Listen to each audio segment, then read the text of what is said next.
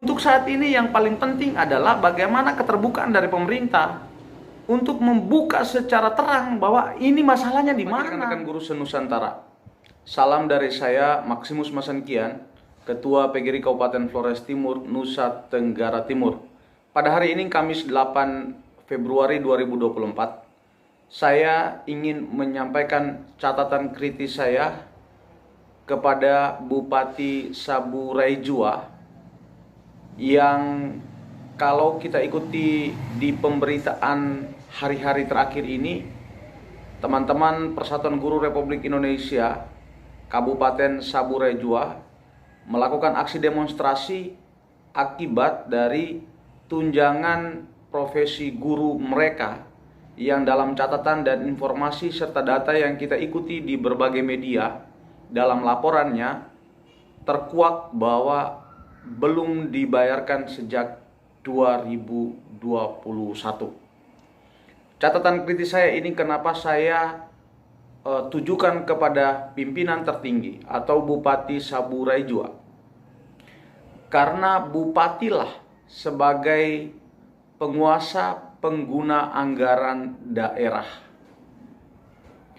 Untuk tunjangan profesi guru tidak dijelaskan pun semua guru penerima tunjangan sertifikasi itu sudah memahami secara baik alur dan teknis pembayarannya. Karena berkaitan dengan pembayaran tunjangan profesi guru itu sendiri, setiap tahunnya selalu ada pembaharuan dari Peraturan Menteri Keuangan untuk mengaturnya. Disesuaikan juga dengan adanya pembaharuan jumlah penerima tunjangan profesi guru yang dari tahun ke tahun selalu ada program pendidikan profesi guru, di mana guru yang lulus maka kemudian mendapatkan NRG-nya, maka berhak untuk kemudian bisa mendapatkan tunjangan profesi guru. Nah, informasi yang kita terima miris memang bahwa ada sejumlah guru yang sebenarnya punya hak menerima tunjangan profesi guru TPG di Kabupaten Saburai Jua belum dibayarkan hingga sampai detik ini di tahun 2024. PGRI sebenarnya sudah tidak memilih jalan penyelesaian sebuah persoalan dengan harus melakukan aksi demonstrasi. Tapi kalau saya menangkap dari wajah semangat gerakan dari teman-teman Saburai Jua, ini menunjukkan kemuakan.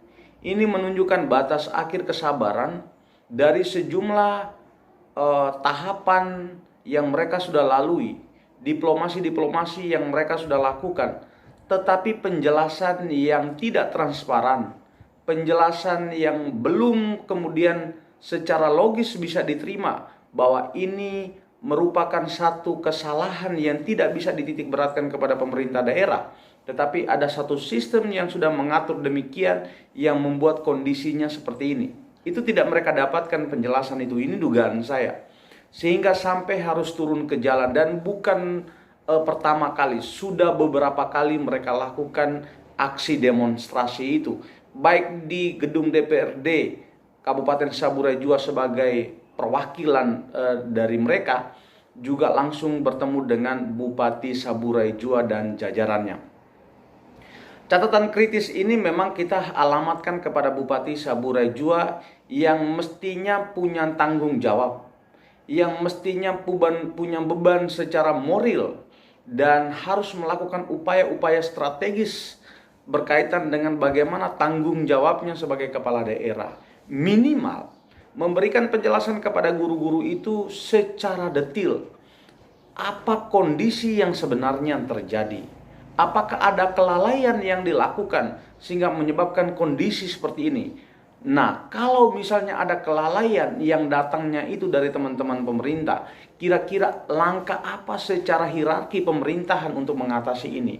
Yang pasti, untuk tuntutan atau harapan dari teman-teman guru, baik di Saburai Jua maupun guru-guru di NTT yang adalah bagian dari rekan seperjuangan, maupun teman-teman kita di pengurus besar, PGRI, dan juga rekan-rekan guru se-Indonesia, menaruh prihatin, menyayangkan hal ini, Mestinya tidak terjadi.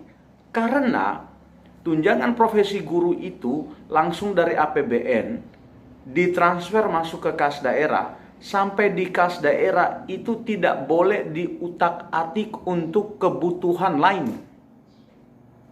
Saya ulangi lagi bahwa TPG itu masuk kas daerah tidak diutak-atik untuk kebutuhan yang lain. Karena itu sudah pasti jumlahnya. Satu guru penerima tunjangan sertifikasi mendapatkan tunjangan sertifikasi guru itu 1 kali gaji pokok. Maka kita bisa langsung berhitung berapa guru yang ada di Saburejua yang menerima tunjangan profesi guru, berapa gaji pokoknya mereka setelah adanya potongan pajak, berapa uang yang akan tersalurkan kepada rekeningnya Bapak Ibu guru sebagai penerima tunjangan profesi guru, itu sudah pasti.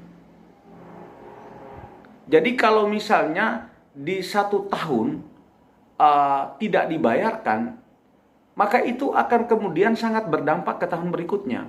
Oke, kita kadang juga mengakui carry over. Ada selisih data di mana data yang dikirim dari pemerintah daerah itu ke pusat selisih dengan kondisi real penerima tunjangan profesi guru. Sehingga uang yang dikirim dari kementerian, uang dikirim dari APBN itu masih kurang dari jumlah real penerima. Maka carry over yang harusnya diajukan lagi dulu baru di tahun berikutnya atau di triwulan berikutnya baru dibayarkan. Nah, itu kita paham, sangat paham itu.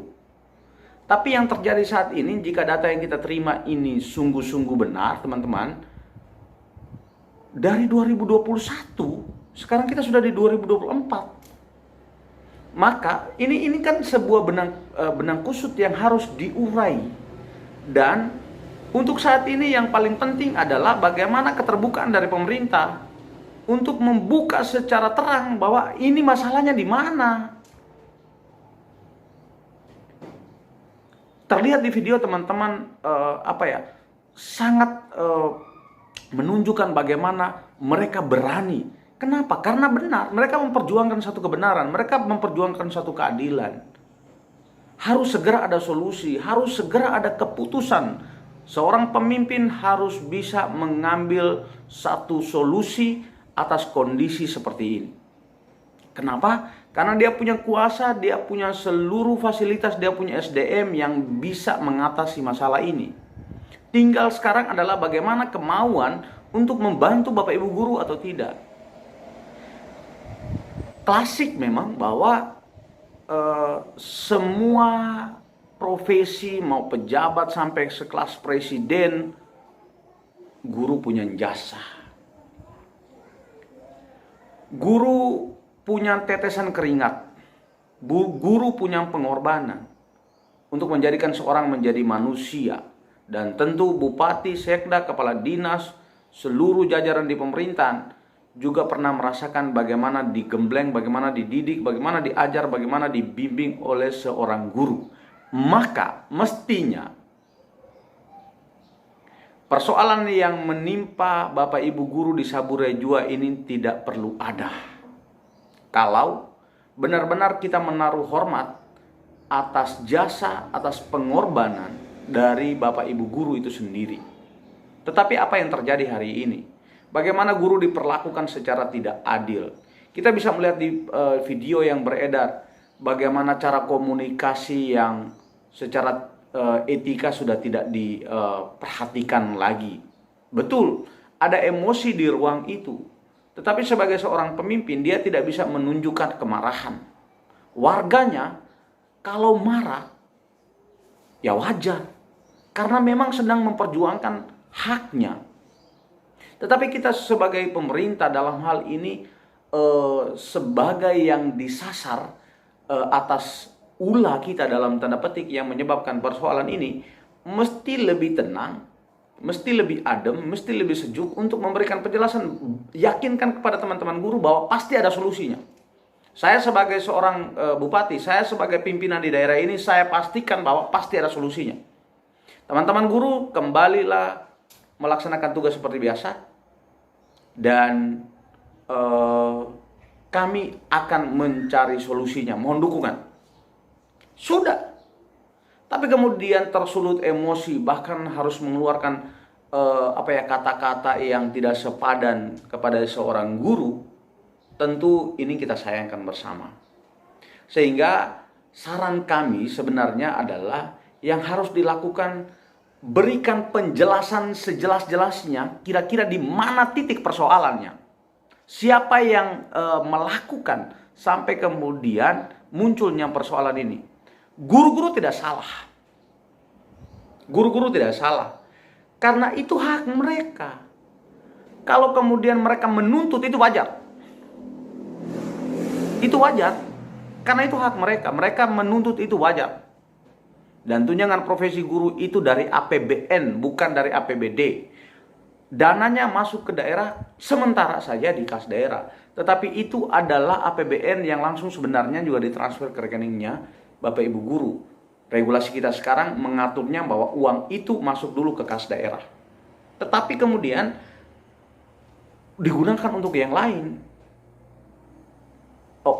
Tidak digunakan untuk yang lain. Nah, penjelasannya seperti apa? Dananya belum ditransfer ke daerah. Penjelasannya seperti apa? Itu yang lebih penting.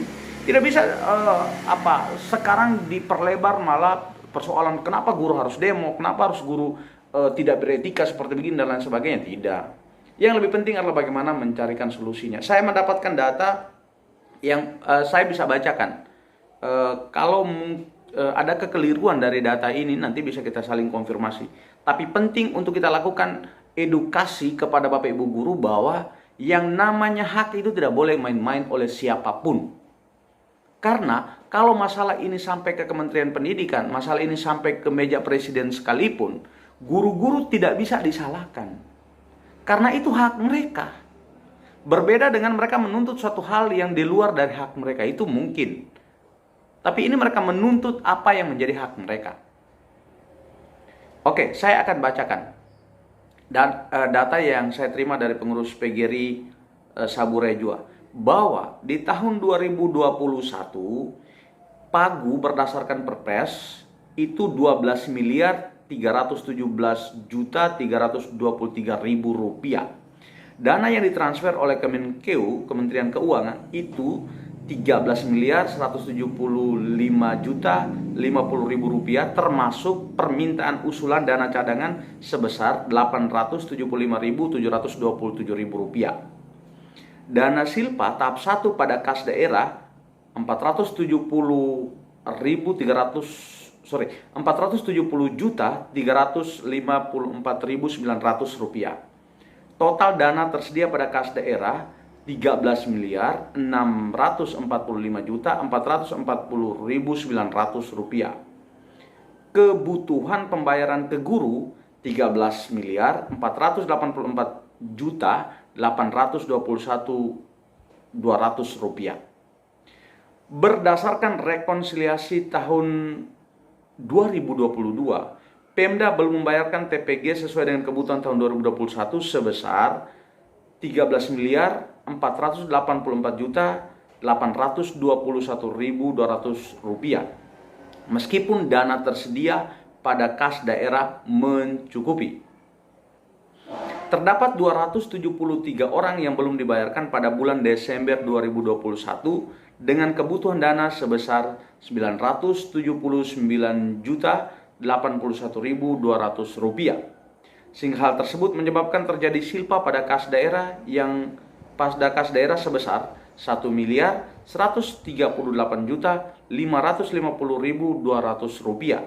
Dengan dana yang tersedia tersebut seharusnya Pemda dapat langsung membayar TPG di tahun 2021 tanpa menunda hingga tahun 2022. Teman-teman sekalian, sebelum saya lanjutkan data ini saya terima dari pengurus PGRI Saburejua. Kalau misalnya ada kekeliruan nanti boleh dikonfirmasi. Tapi saya ingin memaparkan data ini sebagai lanjutan dari video yang saya buat ini untuk menjadi bahan pengetahuan bersama.